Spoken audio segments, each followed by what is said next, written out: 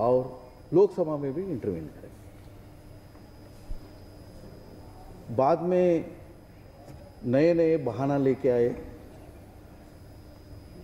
और चर्चा को रोक रहे हैं। राज्यसभा में अब तक 6 घंटे का चर्चा भी बहस भी हो चुकी है।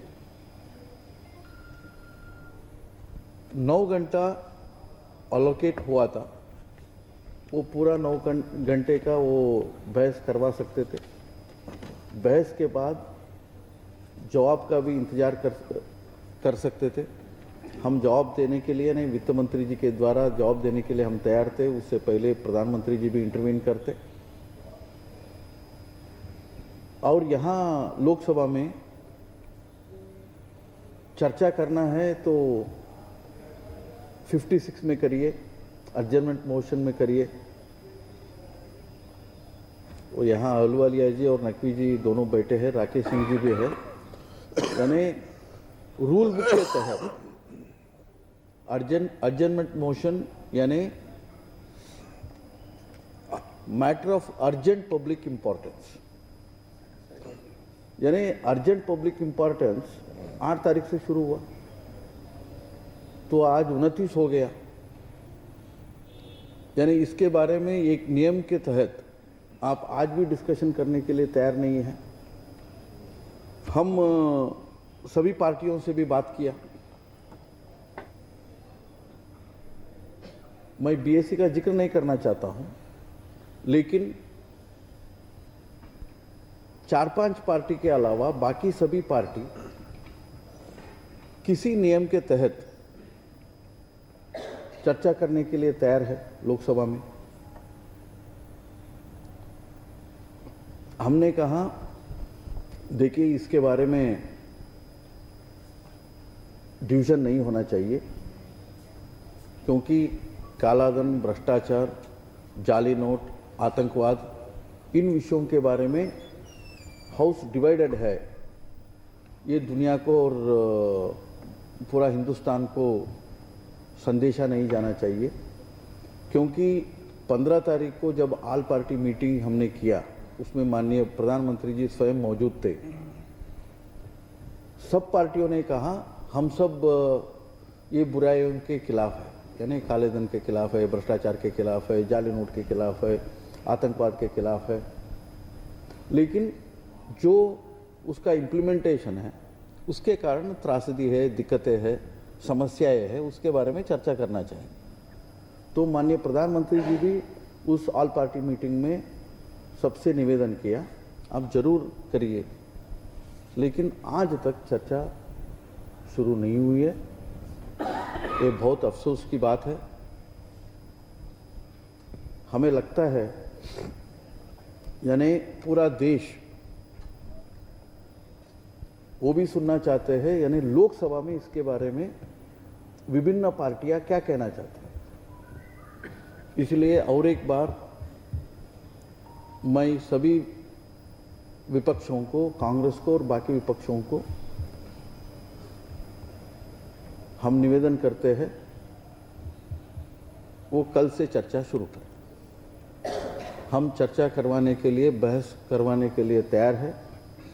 प्रधानमंत्री जी इंटरवीन करेंगे, बोलेंगे, बाद में वित्त मंत्री जी जवाब देंगे। और हम कह चुके हैं हाउस में डिवीजन नहीं होना चाहिए, और वहाँ राज्यसभा में उन्होंने ऐसे कोई वोटिंग वाली रूल के तहत चर्चा नहीं करवाई, ऐसे ही चर्चा शुरू किया। और एडजर्नमेंट मोशन यानी क्या, जो सभी बिजनेस है हाउस का उसको स्थगन करते हुए तुरंत चर्चा शुरू करिए। हर दिन हमने कहा, रोजाना हमने कहा, प्रश्नकाल से लेकर के बाकी सभी बिजनेस आप अर्जन कर दीजिए, यानी स्थगित कर दीजिए और इसको शुरू करिए। तब भी वो नहीं मान रहे। मित्रों, आज टैक्सेशन लॉ का सेकेंड अमेंडमेंट हमने पारित किया। इस विषय के बारे में भी हमने विपक्ष के साथ इनफॉर्मली बात किया था, उनको सचेत किया था। जो हम संघर्ष शुरू किए हैं 8 तारीख से काले धन के खिलाफ, उसका एक इम्पॉर्टेंट पहल ये है, इसको करवाना पड़ेगा, क्योंकि माननीय प्रधानमंत्री जी ने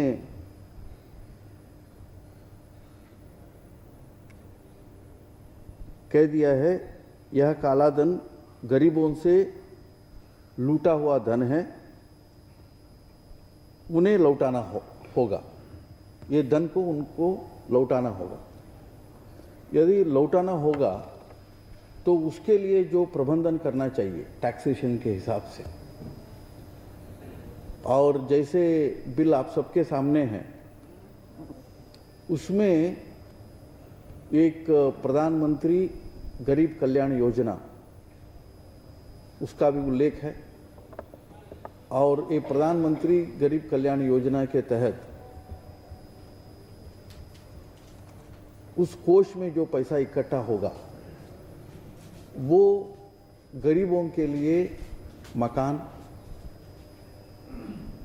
पेयजल और किसानों के सिंचाई के लिए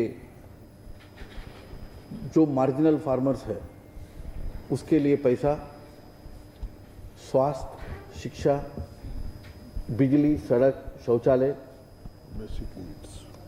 बेसिक इंफ्रास्ट्रक्चर जिसको कहते हैं, उसके लिए खर्च किया जाएगा। लेकिन इसके अर्जेंसी के बारे में भी हमने इनफॉर्मली सभी पार्टी से बात किया, और ये भी कहना चाहूँगा, इसके मकसद के बारे में किसी ने विरोध प्रकट नहीं किया। लेकिन जैसे नोट बदली के बारे में कोई विरोध नहीं हुआ है, उसके इम्प्लीमेंटेशन के बारे में है, इसके बारे में तो बारंबार हमने कहा, इसके बारे में 2 नहीं तो 4 घंटा आप बहस करिए। और हमने यहाँ तक सुझाव दिया, ये तो वोटिंग से पास होगा, और जब वोटिंग से पास होगा और ये पूरा ये टैक्सेशन अमेंडमेंट 2 बिल है, ये जो 8 तारीख का निर्णय है उसका एक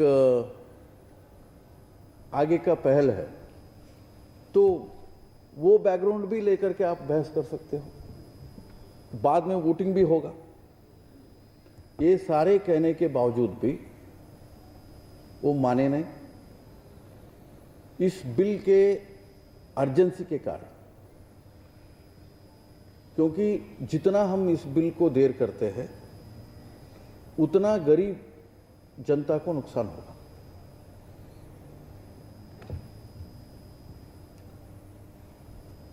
इसलिए हमने इसको पारित करवाना पड़ा, और आगे ये पूरा उसका जो संवैधानिक कार्यवाही है होगा।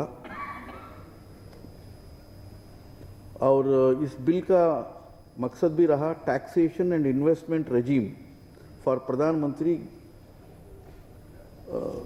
गरीब कल्याण योजना 2016। और आखिर में आज सुबह की संसदीय दल की बैठक में माननीय प्रधानमंत्री जी ने निर्देश दिया है, यानी सभी भारतीय जनता पार्टी के सभी मंत्री, सभी सांसद, सभी विधायक, वो नवंबर 8 तारीख के बाद दिसंबर 31 तक, दिसंबर 30 तक जो ट्रांजैक्शन करते हैं अपने बैंक अकाउंट में, वो पूरा ब्यौरा वो राष्ट्रीय अध्यक्ष जी को देना चाहिए। यानी भारतीय जनता पार्टी ने ऐसे पारदर्शिता के बारे में, सार्वजनिक जीवन में पारदर्शिता के बारे में ऐसे पहल किया है, तो हमारे सभी जनप्रतिनिधि ने इस कालखंड में क्या ट्रांजैक्शन किया अपने बैंक अकाउंट्स में, ये सामने रखने की। और एक आग्रह माननीय प्रधानमंत्री जी का रहा और उसका पावर पॉइंट प्रेजेंटेशन भी सभी एमपीज को दिखाया गया। यानी ऐप और स्वैप के तहत कैसे डिजिटल इकोनॉमी के तरफ पूरा देश को हम लेके जाए, यानी mobile money, digital economy, digital transaction, इसके तहत कैसे ये ट्रांसफॉर्मेशन को हम आगे बढ़ाए। और इस ट्रांसफॉर्मेशन को लाने के लिए, क्योंकि ये पूरा इनिशिएटिव्स जो लिया हुआ है, इसके कारण इकोनॉमी वो ये पारदर्शी भी होंगे, ट्रांसपेरेंट भी होगा और उसके साथ एफिशिएंट भी होगा। इकोनॉमी एफिशिएंसी होने के कारण हर पहलू का, यानी बैंकिंग से लेकर के, ट्रांजैक्शन से लेकर के, क्रेडिट से लेकर के, हर चीज बहुत एफिशिएंटली काम करेगी और कम खर्चे में काम करेगी। The financial cost will be less. ऐसे एक एफिशिएंट इकोनॉमी के तरफ भारत को लेके जाना, उसके लिए ये digital transaction, digital banking, digital economy, mobile banking and mobile exchange of money, इसके बारे में आज एक पावर पॉइंट प्रेजेंटेशन दिखाया गया और सभी एमपी से आग्रह किया गया। यानी कल जैसे माननीय प्रधानमंत्री जी ने अपने निवास के और कार्यालय के सभी कर्मचारियों को इसके बारे में एक प्रशिक्षण लगाया था, बाद में वित्त मंत्री जी ने और बाकी मंत्रियों ने भी इसका एक प्रशिक्षण लगाया। ऐसे सभी एमपीस और बाद में नीचे भारतीय जनता पार्टी के सभी पदाधिकारी भी इसको आगे लेके जाए, ये भी वहाँ कहा गया।